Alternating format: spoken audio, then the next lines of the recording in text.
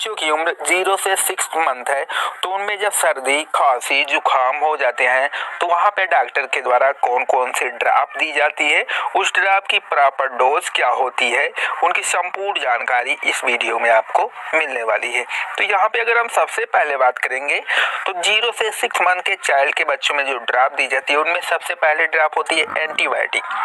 क्योंकि इसमें जो मेनली देखा जाता है कोल्ड फ्लू के केस में जो है वो एंटीबायोटिक नहीं दिया जाता है, लेकिन जो मोस्टली एंटीबायोटिक सर्दी, खांसी, जुकाम में दिए जाते हैं वो है मॉक्सिक्लेट जिसमें एमॉक्सिलिन और पोटेशियम कार्बोनेट पाई जाती है।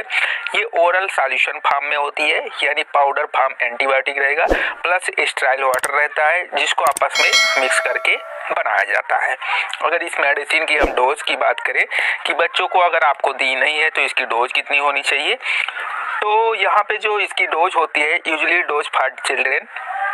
45 mg पर kg एवरी 12 आवर्स पे दी जाती है। वहीं अगर न्यूनेट है या इन्फेंट है यानी नवजात शिशु है तो उनको 30 mg पर kg एवरी 12 आवर्स में दी जा सकती है, यानी दिन भर में उनको 60 mg दी जा सकती है अगर वो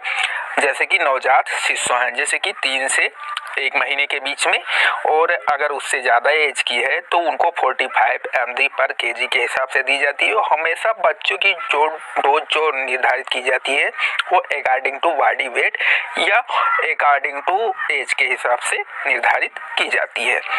नेक्स्ट ड्रॉप की बात करें तो वो भी एंटीबायोटिक ड्रॉप है, इसको भी ज़्यादातर उपयोग की जाती है, या तो आपको मॉक्सिक्लेप या तो गुड शेप की ड्रॉप जिसमें सिफोडॉक्सिम पाई जाती है। अगर इसके हम डोजेस की बात करें तो इसकी जो प्रॉपर डोज होती है इन्फेंट अंडर 2 मंथ, यानी जो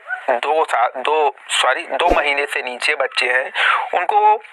safety and efficiency not stabilize है, मतलब ये मेडिसिन छोटे बच्चों जो 2 महीने से कम के हैं उनको नहीं देनी चाहिए, हमेशा डॉक्टर से कंसल्ट करके देनी चाहिए। वहीं अगर बच्चा जो है वो 2 महीने से ज़्यादा है तो उसको 5 mg पर kg के हिसाब से दिन में सुबह शाम दिया जा सकता है। नेक्स्ट की बात करें तो क्या होता है, कॉमन कोल्ड की प्रॉब्लम रहती है, उसकी वजह से सर्दी भी आती है, खांसी भी आती है, जुकाम भी होता है, तो उस कंडीशन पे कंबाइंड मेडिसिन जैसे कि जिसमें पैरासीटामॉल, फेनिलिफिरिन और क्लोरोफेनारामीन माइलेट पाई जाती है, जो कि साल्बिन कोल्ड नाम से काफ़ी ज़्यादा पॉपुलर है। ये ड्रॉप ये बच्चों में काफ़ी ज़्यादा उपयोगी मानी जाती है। अगर हम डोज की बात करें साल्बिन कोल्ड की तो जैसे कि बच्चे के बॉडी वेट के हिसाब से अगर बच्चे का जो वजन है वो 5 से 6 kg का है तो उसको 0.7 ml एवरी 12 आवर्स पे दिया जा सकता है। नेक्स्ट मेडिसिन की बात करें तो वह क्योंकि जब सर्दी, खांसी, जुकाम रहती है तो जो वहाँ पे खांसी के लिए मेडिसिन डॉक्टर के द्वारा दी जाती है वो हो सकती है आस्थाकाइन एलएस हो सकती है या डीएस हो सकती है। एलएस में लीवोसाल्बुटामोल, एम्बोरोक्सिल और ग्वाइफेंसिन पाई जाती है, जो कि हमेशा बलगम वाली खांसी में उपयोग की जाती है। अगर इसकी हम डोज की बात करें तो जो छोटे बच्चे होते हैं यानी जिनकी एज 6 महीने से कम होती है उनको 0.5 ml दिन में 2 बार दी जा सकती है, यानी सुबह शाम दिया जा सकता है। नेक्स्ट की बात करें तो ये ड्रॉप जो कि पैरासीटामॉल